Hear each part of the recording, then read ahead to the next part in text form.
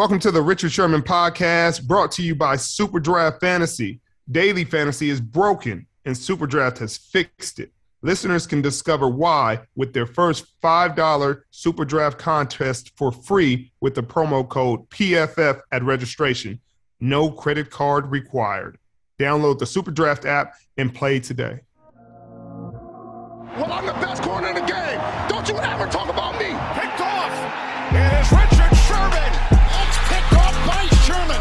Now, buckle up. Here he goes. And it is intercepted by Richard Sherman. Broken up. Picked off. This game is over. Welcome to the Richard Sherman podcast. It's me with my guy, Mitch Eisenstein. Later on, we'll have my teammate, Leonard Fournette.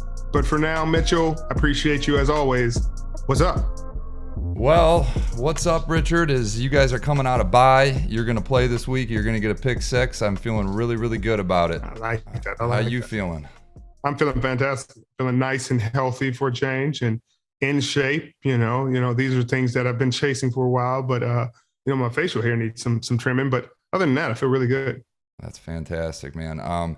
We've had an interesting week. You know, obviously, we saw Odell Beckham go on waivers, and a lot of teams didn't appear to be interested, and then he became a free agent, and the world was his oyster, and he chose to go to LA. We talked about it last week. What the heck is going on with the Rams? How does this change their offense? What do you see with Odell in LA? Well, I mean, Odell's a big-time playmaker. He's a great run-after-catch guy, and that's what Sean McVay and this system does. You know, they get the ball in their playmakers' hands with space and room to run.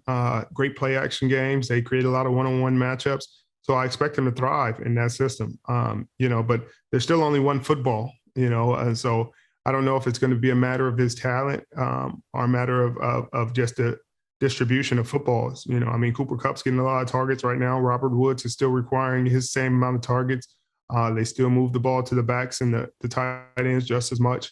So add another receiver to the mix and trying to get him the amount of targets that Odell Beckham Jr.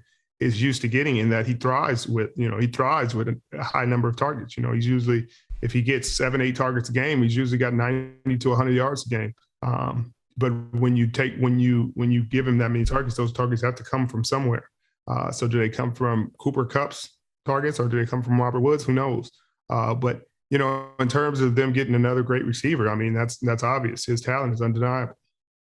Well, this seems to be the first time in his career that he's truly had a quarterback that can throw it downfield with vigilance, I think is a good word to use there.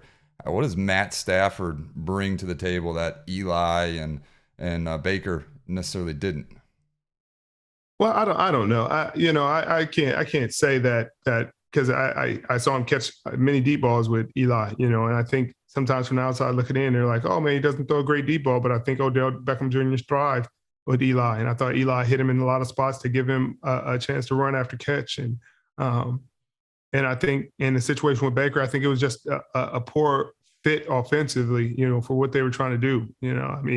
It seems that they weren't great at just being able to get him the ball, in the normal flow of the offense, and now when they don't have to try to force him the ball and they don't have to think about that, it seems their offense runs efficiently. And so I think that just was a misfit. I don't know if it was Baker necessarily. I didn't really, check the film that detailed unless we were playing them. But it seems that he will be fine with Matt Stafford and his staff. Obviously Matt is thriving under McVay. So I expect that to continue, with another huge weapon. Yeah, I mean, you look at the other teams he was considering.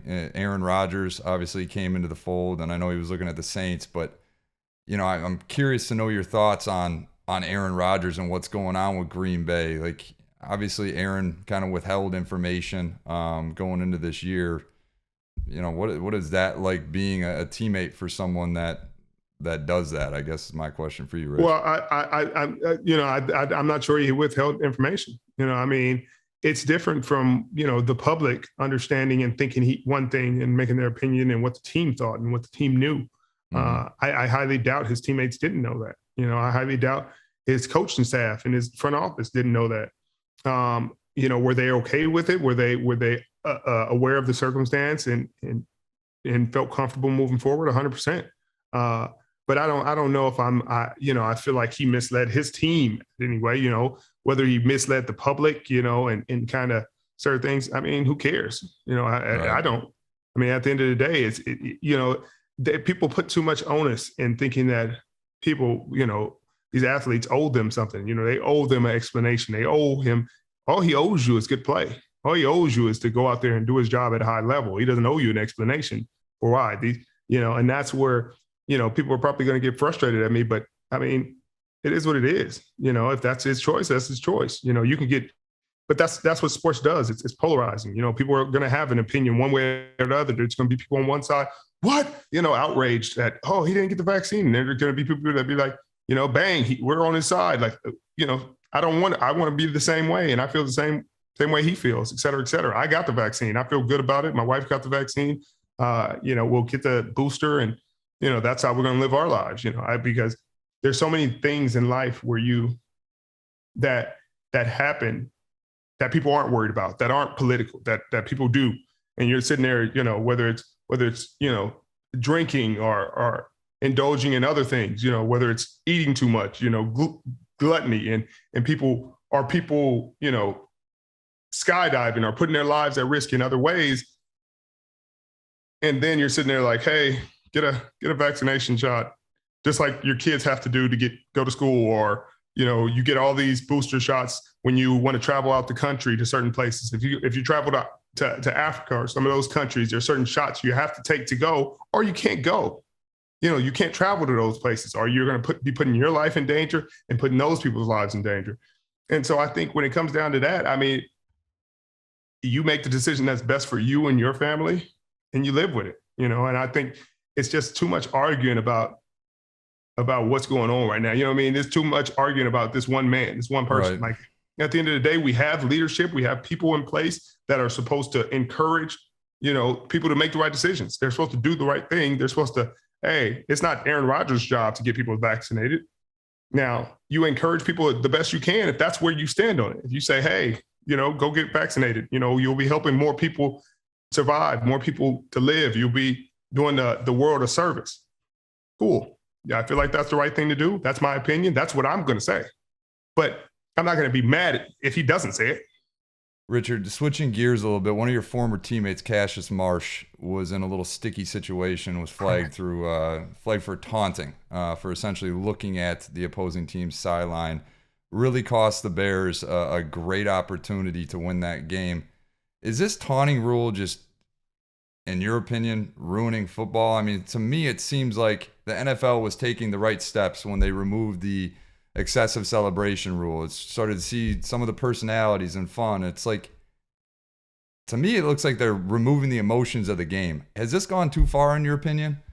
It like the spirit of the rule is kind of in the right place. It's in the right ballpark. You know what I mean? I can understand the spirit of what they were trying to do, but the execution is piss poor. The execution is terrible. Like, and the interpretation is terrible. I mean, at the end of the day, that's what makes football exciting. Rivalries and chips on shoulders and people having that angst and frustration about, hey, these teams let me go. So it's a revenge game. It's a revenge game for Cassius Marsh. And maybe it's not a revenge game like on a monumental scale, but it was a big deal for him, and it's a storyline. And usually the NFL is great about storylines.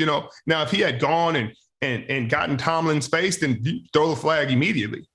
But that's the pageantry of football. That's what makes it cool is to see those moments, to see that human element, to see, hey, I made a play, and the human being is saying, hey, I'm showing y'all what I could do, what I could have done, what you're missing out on. And that's all he was doing. All he was doing was, hey, this is what y'all missing out on. I'm about to beat y'all. You know what I mean? The guy you could have on your team, but now I'm sitting here, about to give you an L. And the NFL punished him for it. And then not only that, they didn't even address the referee bumping into him. And that's a part of the game that I really feel passionately about, and I'm frustrated, is because there's too many instances where referees are putting their hands on players. There's way too many. Because you can't touch a ref. And Cash has said that before. You can't touch a ref. But there are many instances where refs are putting their hands on players or pushing players back, and it's like, hey, now I'm not putting my hands on you. Don't put your hands on me. Like, and then people are quick to be like, oh, that player, like he touched the ref. He like brushed it up against ref. Like I'm at full intensity in the middle of a football game. Don't put your hands on me. Don't put your hands on me unless you're like saying I'm fighting somebody and you're breaking that up. Keep your hands to yourself because you'll mess around and get hurt. Like, because one day somebody's going to not allow you to put your hands on them in that way. You know what I mean? They're not going to allow you to just, because they're not going to see you. They're going to think you're an opponent. You're on the other team, and this is too high friction of an environment. You know what I mean? So it's like they have to put some protections in place for players as well to say, hey, refs, there has to be a boundary of where you can put your hands on players and when you can bump players and when you can, because there are pictures out there and times where refs are breaking things up and they're putting their hands on players' necks and like grabbing them. And it's like, hey, like now that where's the line? Right. I mean, especially at that moment of the game, it's unfathomable to me to think that these refs can think that Cassius and any other player can act without emotion. Like you said, he's making a huge play, a game-changing play. This is not the first quarter. This is minutes left in the fourth with the Bears mounting a huge comeback. I mean, to me, it's just so naive of the league to think that this is the right route to take. Like you said, it's obvious at times when somebody's taunting. But when someone's reacting emotionally after making a huge play, that is to be expected. That's what the fans want to see. They want to see that emotion. And for them to essentially police that out of the game, it's something, in my opinion, at least, that's going to certainly come to the league next year. And hopefully there are changes that are made. But yeah, but it's there aren't going to be changes because people are like the competition committee voted for that, and the competition committee is a few coaches, a few former players, and mostly the teams, mostly the owners of the teams who never played this game, who will never step foot on the game, who would never get emotional about this game outside of getting frustrated their team lost or something like that. They will never understand what it feels like to intercept the ball, throw a touchdown, score a touchdown in the National Football League, to sack a guy, force fumble for the game, to intercept your former team to end the game. Like they'll never know those feelings or those emotions or how much that brings you out of there, or how it feels to just play free, to go out there and let everything go and play free. You can't control when you're playing free. When you're playing free and letting your heart be on your sleeve, you're gonna have moments where you're having like out of body experiences. Like sometimes you'll watch the film and be like, damn, what was I doing? Like, wow.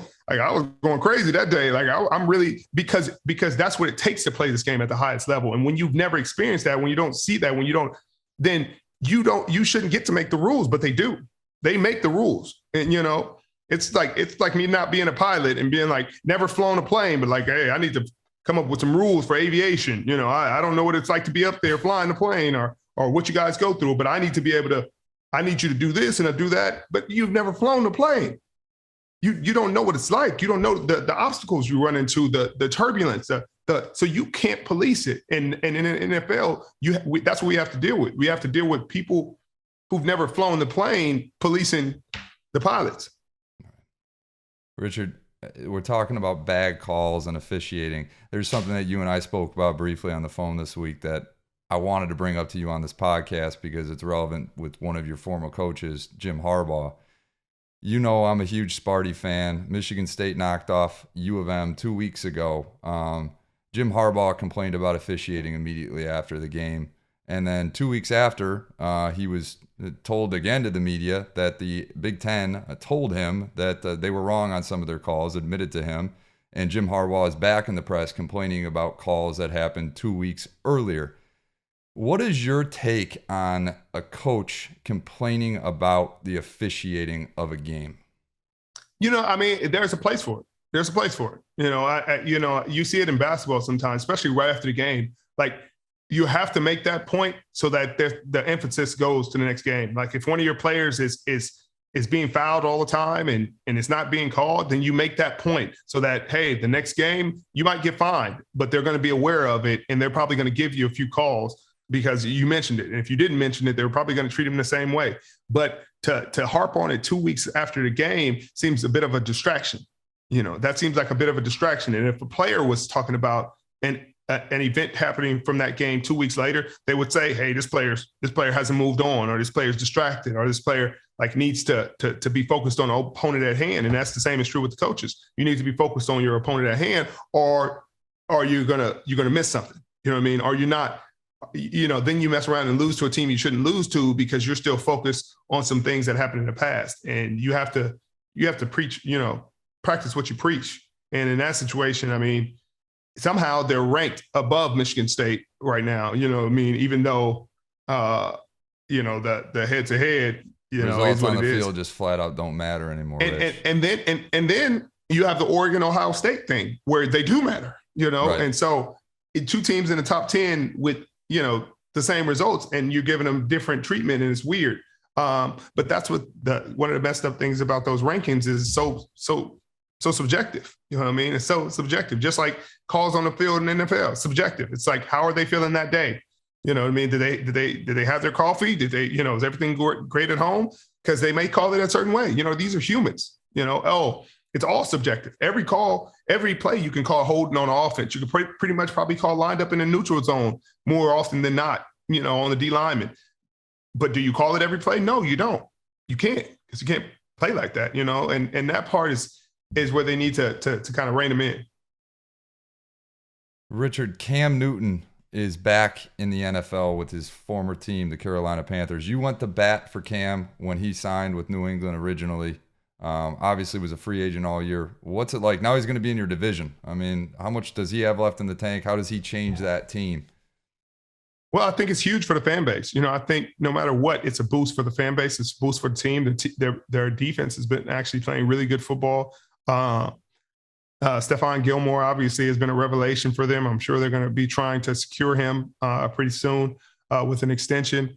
And so I think in terms of just a bit of nostalgia and energy for the fan base and for the team, I think it's fantastic. How much does Cam have left in the tank? I have no idea. We haven't seen him play in almost a year, I think. And so, is he going to be good for this team and for the city and for just a feel-good story? Heck yeah. That's going to boost it. And now if he goes in there and plays like he has played in Carolina and gives that team another boost, I mean, it's going to be an unbelievable story in the NFL. And again, that's why people watch.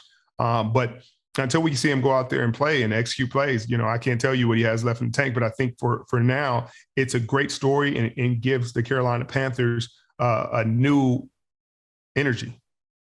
Well, it'll be an interesting week 16 and 18 for you, to say the least. You're going against Carolina. Hopefully you get a pick off of them or something and reintroduce them back in the division. Right. That's my part to the equation. But it's cool. It's very cool to see him back in the league. Another class of 2011. We still got some legends in the game, and we're holding it down.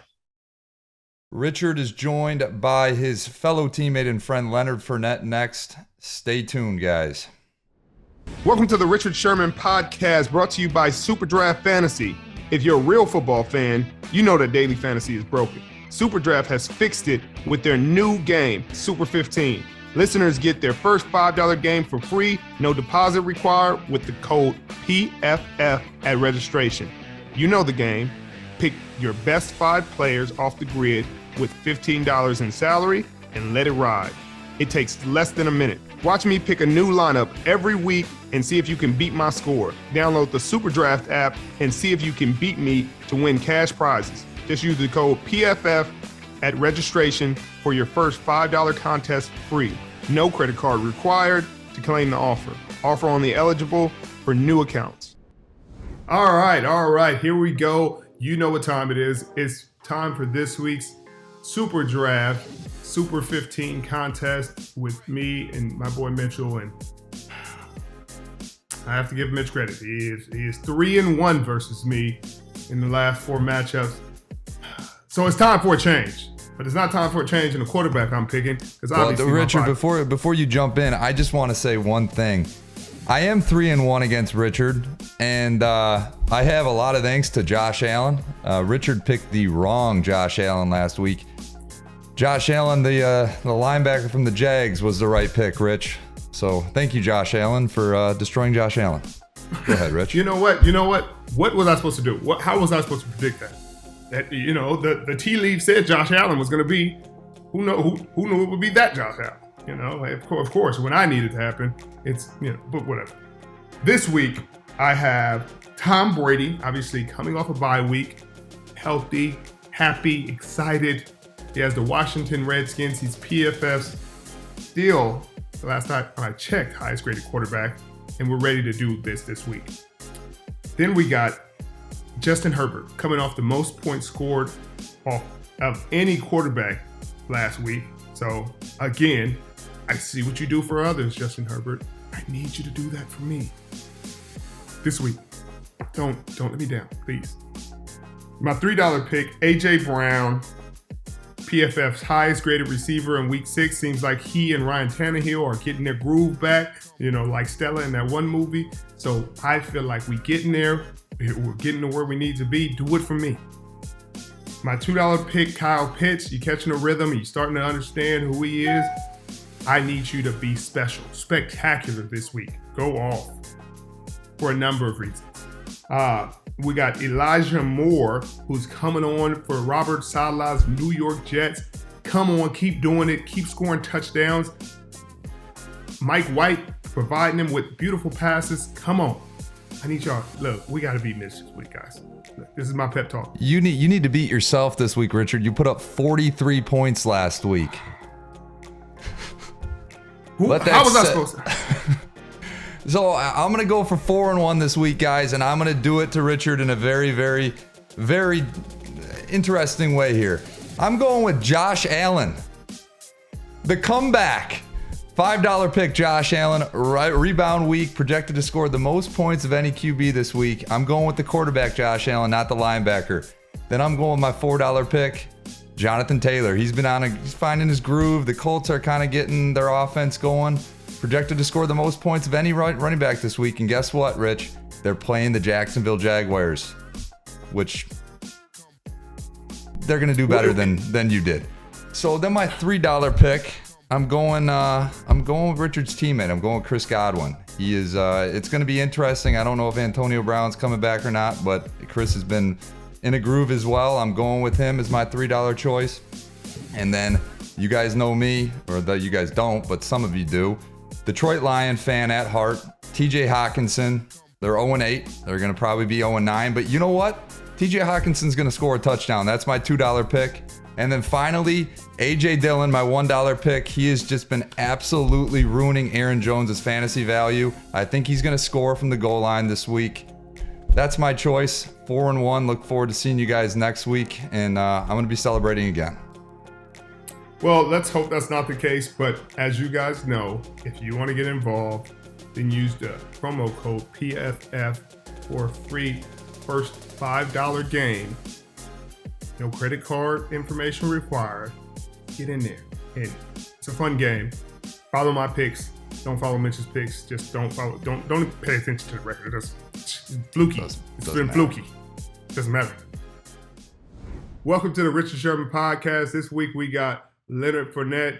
We were trying to get D. White on, but he had some previous engagements, so we're gonna get him on later on onto the show. Excuses. Yeah. More likely. But my boy Lenny showed up. Obviously preoccupied. He's gamer of the year. How much does that play a factor in like just keeping you calm, keeping you level, just having something else to do with your mind and your time? Well, it helps me out a lot. When I'm home, I live with myself, my kids, they live back home. So it takes my focus off football and I put into gaming. They had something came out on the internet. They said when you game, you lose a lot of weight. So I guess it's to keep I swear to God, it came out, but it's just facts. Lenny, how much weight you done lost? 2 pounds. I don't know if your pound per hours played ratio is where it's supposed to be. 2 pounds. I'll take it. Lenny, what made you go to LSU? You had every offer in the world. I know that's the hometown team, but yeah, you could have went to Bama, you could have went to Florida. What made I could have you went to Stanford. You could have went to Stanford, Lenny. Come on now, you could have changed the program. Stanford was too smart for me. I had to stay where I needed to be. But just being, I wanted to be almost like, so the year before, I think it was 13, Landon Collins was the number one player coming out of high school, and he's from Louisiana, so he went to Bama. The year before that, another cat, I can't remember his name, he went to another school, but not LSU. So I felt like this decision is going to help my family in the long-term run, right. which it has, and it is right now as we speak. And it's just like a household name like I had in high school, and now I've committed to playing for my state. Yeah. It was nothing like it. Right. The love I got. They've been following me since 8th grade when I started playing high school football. And over the years, it's just the love they showed me. This was amazing. So I felt like it was only right that I go where I stayed at home. Yeah. Yeah, that's real. That's real. You've been in a household name in Louisiana since you were probably 5. So like, how is that? You know what I mean? How is it to be had that acclaim, all the way through high? See, I didn't have a name until I got, in the league, to my second, third in the league. I was kind of under the radar till then. So it's kind of, I don't know, I want to say it's easier, but it's different, to have a spotlight on you all day, every game. They come in to see man, you. Like I tell people, man, I felt like no matter what my circumstances was in my years in the league, if I had a bad year or whatever, bad game, I've always beaten the odds. Because so much pressure on one guy from high school, you got expectations to do great things in college, and then when you do it, then you go to the NFL. You know what I mean? And you still doing the same thing you've been doing for years.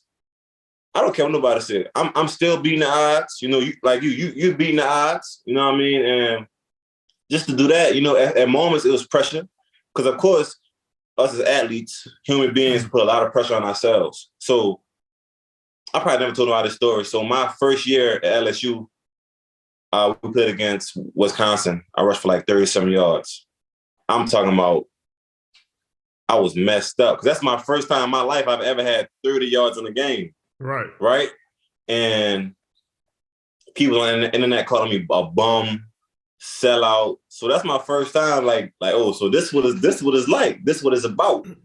You know what I mean? This is what it is. So long story short, Coach Frank Wilson, he was my running back coach at the time. He recruited me to go to LSU.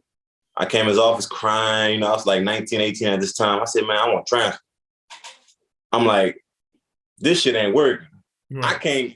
It's just so much expectations of people that they have for me and I have for myself. And not me not thinking, wait, this ain't high school. You're not going to have 6 carries, 200 yards, 4 or 5 touchdowns. So it was kind of that wake-up call that I needed to be a better me. So that's when I really had to start back studying film, watching other people, see how they're, because that year, Nick Chubb was the guy. Nick Chubb, we both freshmen, he rushed for like 1,200 yards. I never told Nick that Nick's my guy. I'm like, I was watching Nick every week. I'm like, damn, like I know I could do that. Like, I know. So he was kind of like my motivation coming into my sophomore year. Like, so my freshman year, I finished for like 1,034 yards, 10 touchdowns, some bull, you know what I mean? So Nick Chubb was my motivation going into my second year as a sophomore. I'm like, I know I could do whatever they do. Like, I had to get my mind right. I got bigger, stronger, faster. Right. And my biggest thing, I made my mama quit her job, right? I'm like, listen, I put so much hard work into that offseason, Sherman. I made my mama quit her job. I'm like, listen, after this year, you will not have to work again. I promise you. Yeah. So my sophomore year, I went crazy. My first 4 games, I rushed for 1,000 yards. Yeah. Damn. Whatever. I was up for the Heisman. I came in 5th, 6th, whatever. I got voted 6th, whatever the case may be. But I made my mark. Right. I had 1,900 yards. I passed. I think it was Herschel Walker and Bo Jackson single season rushing record. Me and Derrick Henry did that in 1 year. Right. And I finished with 20, 24, 25 touchdowns. Yeah. So it was already set in stone. It was set in stone what I did. And now my junior came, I got my draft grade back. It was top 10. So I'm like, damn. Like, so I really manifested this. Like, Yeah. I manifested the whole thing. So now that I am where I'm at today, and I went through my stuff in Jacksonville, I have beaten the odds consistency, like over and over and over. It may have taken some time, but I still did it. I overcame it. You know what I mean? So that's why I don't be like, you see me, I don't be tripping no more about them things. But but that's an important lesson for everybody, because now with the transfer portal and all that, and how easy they making it for kids to just give up and be like, nah, it ain't working out here. You know what I mean? Like, you were ready to do, but you caught a hold of yourself. You know what I mean? Instead of like saying, nah, man, the system ain't working. You said, I'm gonna get better, stronger, faster, and I'm gonna take it on myself and make sure I'm ready to go out there and dominate. Nowadays, kids be like, I'm about to transfer, and they ain't gotta have no conversation. They just they just leave. They just go in. In some people's cases, it's the best thing for them. You know what I mean? Right. Like, but now it's too much of an option nowadays. Like, it didn't used to be that big of an option. Now it's an option for everybody. So that's like what the people not playing the bowl games, right? You know, I was the first player to do that. Right. So when I did it, they was kind of questioning my character. Oh, he doesn't love football. But wait, I played with a high and low ankle sprain the entire season at LSU, my junior year. Yeah. But how can y'all question me about do I love football when I got hurt? Because for a fact, I knew I was going to do way better than what I did my sophomore year. Because I put in the work, but I put in times 10. Yeah. You know, I stayed. We had that break. I stayed, lift, ran. I did everything I was supposed to do, and I think that's when a lot of guys get discouraged too, because when they put in the work and they don't get the results they think they needed to where they should be. And me being young, I felt that way. Like, every day, Darius Geis is my guy. He's breaking it. Like, he breaking damn near all my records. So I'm at home watching the game, my foot up, I'm just crying. Like, I'm crying. My mom, my dad coming up, man. Listen, man. Like, but this when in college you love the game. Like, you love it so much, like it. So I'm frustrated. So I came back, Ole Miss game. I wind up rushing 16 carries of 284 yards, 3 touchdowns, whatever. And I'm like, and I kind of hurt my ankle again. So now this is a business decision. Should I keep playing? I got to take care of my family. And it's like, it was decision. And I think about it now, like, I'm like, I was really like, you're making high level decisions. Right. And I'm like, damn, like, and I love the game. So when I made it, I was upset with myself because in college it's different. Like, the camaraderie of guys you have, the relationship you build, like, you want to be there with them, for them. But now it's like, this is the first time I had to think about myself and not put football before me, you know? Yeah. So, and it's levels of stuff we have to go through as football players. And that's the part a lot of people in the normal world don't understand. It's like, every level you go through this kind of adversity, and that's what kind of like eliminates people. You know what I mean? It's like that stuff could have killed you. That could have put you out from the beginning, from your freshman year. That could have been what ended Leonard Fournette's story. They'd be like, man, he was great in high school, but his freshman year he didn't have a good year. He started fussing with the coaches, and he stopped working hard, and his story gone. Then your second year, you went and you got adversity. Your third year, you could have played in that bowl game, got hurt seriously, and they'd be like, man, it's sad what happened to Lenny. He was about to be a top 10 pick, then something happened to him. Then you get to the league, and you got a lot of expectations on you again because you're a top 10 pick. Like, you're supposed to be the franchise player. And how did it feel going to Jacksonville? You know, it's not like a storied franchise like that, and you know, it wasn't necessarily the best situation coaching-wise to walk into. And that's what people don't understand. Sometimes, like, that can derail a career. You know, the coaching staff and the team you go into. If you go into the perfect situation, you mess around and have a Hall of Fame career just because you went into the perfect situation. Right. And sometimes you walk into a tough situation and it kind of slows the start of your career down, and then people kind of get a bad view of who you are and the player you are. I mean, obviously now you freaking getting to show your talent. You on a Super Bowl contending team. Like, how was that journey? Like, when they first called me, I don't think I talked to Jacksonville. So I'm whispering to my agent. I'm like who's Jacksonville? Like we ain't talking to them. Like, what's going on? So long story short, I got there. They had talented guys. It just wasn't winning for some reason. And I've always tell people that's one thing I respect about Jalen Ramsey. He loves football, but he loves winning. You know. And when I seen he had the same passion as me, just like we had Calais Campbell, Malik Jackson, Yannick, we had Miles. I mean, we had Mercedes Lewis, who's a vet who's been in the game 12, 13 years. And when I seen that opportunity, you know what I mean? And I'm a firm believer in God. My mother always put that in store for me. And even though at LSU, my season ended kind of sour for me, I think it did for me because still to this day, Kevin Falk holds the Russian title at LSU. He played 4 years, and I was going to surpass that shit my third year, and I was going to be done. Like, I had real aspirations and goals to be left that number one mark. So even though it didn't happen, my mother said something big is going to happen for you when you go to Jacksonville, you know, and we wound up going to the AFC Championship. I wound up rushing for 1,000-some yards, 10 touchdowns. And, you know, that is that. But I think with that group of guys, you know, we knew we had at stake. We had the talent. And I think we had a Super Bowl caliber team, but just not for the Super Bowl. And people are like, what are you talking about? But there's exactly what you're talking about. They have teams like that who's built for the playoffs, but not built for that Super Bowl. Mm-hmm. And I think we had that. And, you know, my time there, I built great relationship with those guys. You know, still to this day we talk. And it happens. You know, my second year I got hurt my hamstring. Third year I bounced back, you know, and unfortunately things didn't work out between me and Jacksonville, and I came to Tampa.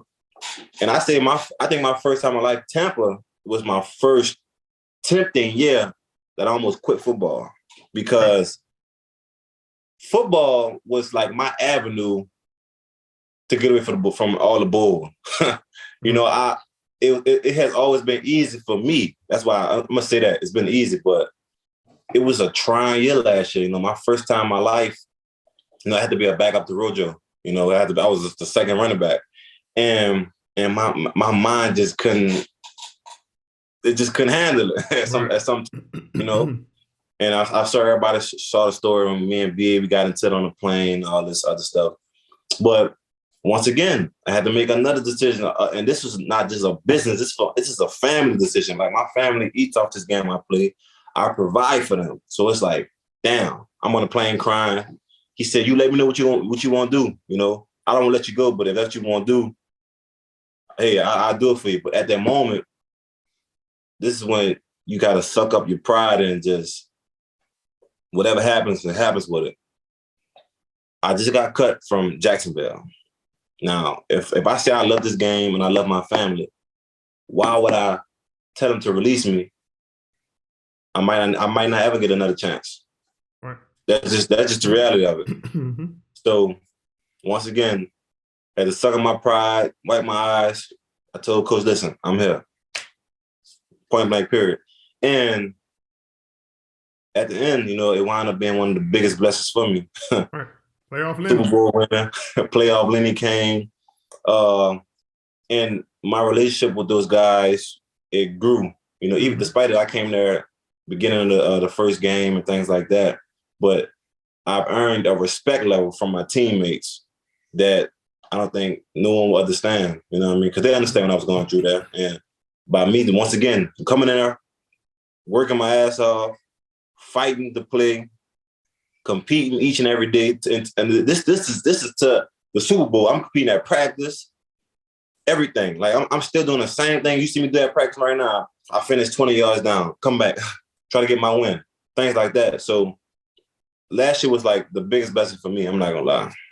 And it is again another lesson for people to like you so close. You know what I mean? Like, you never know how close you are to like receiving a blessing. You know what I mean? It looked like all is lost. It looked like your darkest moment, but you're really close to having a breakthrough. It's really about to be a beautiful thing, and that's the last test for you to take. And sometimes the last test is the hardest test. Definitely. And for you to go from being ready to let it go and release me to having a great playoff run and winning the Super Bowl, which is everybody's dream. When you start to play this game, your dream as a young kid, your dream at the end is to win a Super Bowl. Like, hey, I'm going to win a Super Bowl one day. I'm going to win a Super Bowl one day. And you were able to do that and do that after going through that adversity, bro. It's different. And that's inspirational to people. And that's why I appreciate you coming on the show, because you sharing that story is going to help some kid who in that situation right now, who's sitting there right now like, man, this is some BS. Like, I'm about to quit. He don't know that if he just keep pushing, if you just put your head back down to the grindstone, you about to get what you deserve. You about to get it. And I appreciate that, man. I appreciate that story, Lenny. And I don't want to take too much more of your time. I know you got to get back to your gaming. But I know, and accept my invite when I get on. I got you. That's a bet. I appreciate you, man. I catch up with you later today. Oh, you mean I see you later? I see you tomorrow. So. Well, I'm about to get on the game. All right, bet. Let's get it. All right, I appreciate you. It's another week of the Richard Sherman podcast. I appreciate you guys tuning in. Subscribe if you have not. It's going to be another great week of football. I'm going to be out there this week, so I'm, going to try to put on a show. We'll announce next week's guest on Twitter, so stay tuned.